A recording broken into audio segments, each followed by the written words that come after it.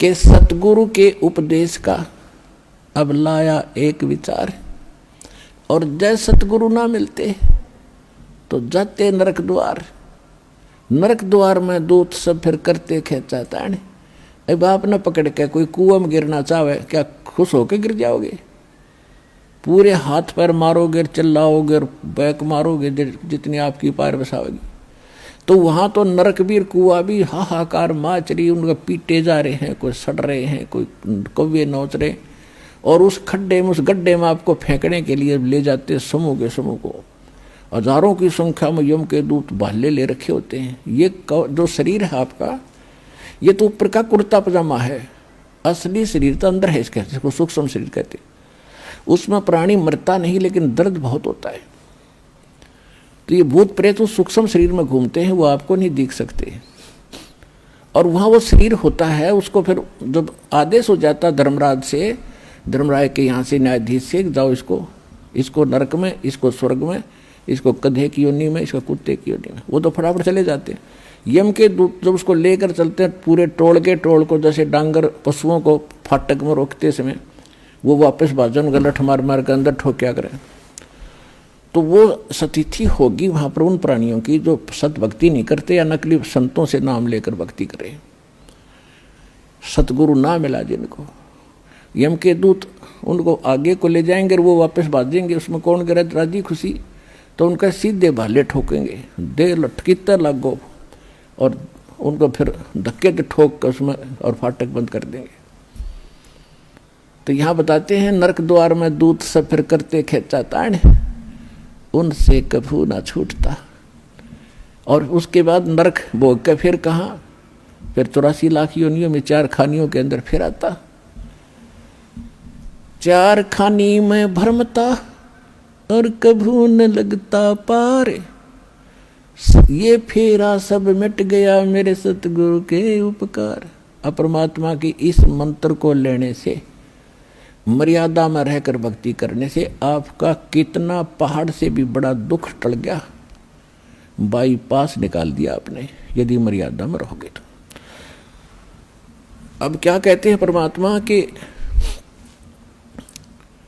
सतगुरु के सजदे करूं कर्म छुटाए कोटि, और जो सतगुरु की निंदा करें उनके यम तोड़ेंगे होठ।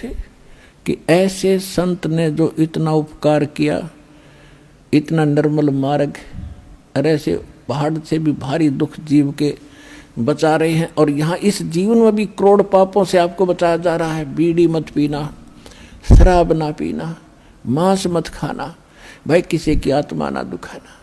अब आपको इतनी दया और ज्ञान होगा भगवान का, तो फिर आप इन पापों से बच के सारा दिन भगवान की भक्ति करते हो, ना बैठ के गप्पे मारो, किधर ताश खेलो, किधर राजनीति बतलाओ, किधर सिनेमा मार्ग फुड़वाओ बैठे बैठे। अब कितने बाईपास निकाल दिए, कितने कर्म छुटवा दिए आपके बुरे। कहते हैं सतगुरु के सजदा करूं कर्म छुटाए कोट, और ऐसे सतगुरु की जो निंदा करें फिर यम के दूत उनके होठ तोड़ेंगे, यानी ऐसा पीटेंगे कितने लागो। होठ तो नाजुक होती हैं, कोई बालक ना धमकावे तो उठा पर ना मारा करे, एक आधा थप्पड़ चट्टू कमरे में मार ले। कहते वो होठ भी फूटेंगे तो नो सोच लो बेरहमी से पीटा गया वो। तो कहते वहाँ इतनी पिटाई होगी आपकी, ऐसे महापुरुष की जो निंदा भी करते हैं। और फिर क्या बताया है, 7 समुद्र की मसी करूं लेखनी करूं बन राय, धरती का कागज करूं गुरु गुण लिख्यो न जाए। अब क्या गुण लिखेंगे उस ऐसे महापुरुष के, जिसने ऐसे संकट से बचा दिया। एक कुत्ते का जीवन लिखने लग जाओ, जन्म होते वो क्या खाना शुरू करता है, कहाँ रहता है, गर्मी कितनी जोर की धूप पड़ती है, बाहर बिलख रहा होता है, सर्दी पड़ गिरती है, ऊपर से वर्षा भी होने लग जाती है, और वहीं गींडली सी मार के इकट्ठा हो गए नुपड़ा उपड़ा नुकर जाऊँ। अरे ये पहले आंटी पाक रहा था, मनुष्य बना हुआ जो भगवान कदे सोची भी कोई ना, यह भी बनेगी तेरे साथ। तो ऐसे दुखों से जिसने बचा दिया, और फिर खाना क्या खाता है वो सूता उठते ही जाता है किसी, क्योंकि मैं कहा उसने रसोई में भोजन की तो पहले द्वार में नहीं देखा, कोई देख तो नहीं रहा, फिर सीधा जाएगा रसोई की तरफ जहाँ महक आ रही है इसने।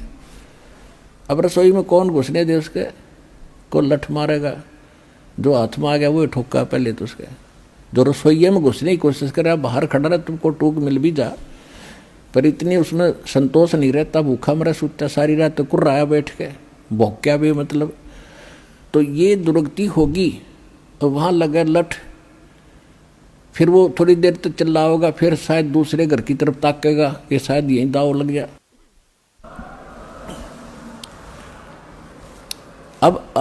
अब दूसरे घर में जब जाता है वहाँ उसके भाग को जूत मिले टूक मिले, जब वहाँ भी लठ लग गया तो फिर वो खखाट उठा, बाहर जाता जंगल में।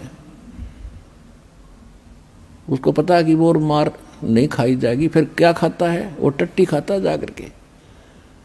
ऐसी हालत हमारी होनी थी, और इस नाम से और इस भक्ति से और इस बंदी छोड़ की दया से आप इन सब से बाईपास निकल गए। तो कहते फिर क्या गुण लिखे इसे महापुरुष का, इसे भगवान का। 7 समंदर की स्याही बना दूं इंक, और पूरी धरती का कागज बना लूं, सारे वृक्षों की कलम बना कर रख लूं और फिर लिखने लग जाऊं, ये भी घिस जा, 7 समुद्र भी खत्म हो जा, पृथ्वी जितना बड़ा कागज भी थोड़ा पड़ जा, उस गुरु के गुण नहीं लिखे जा सकते।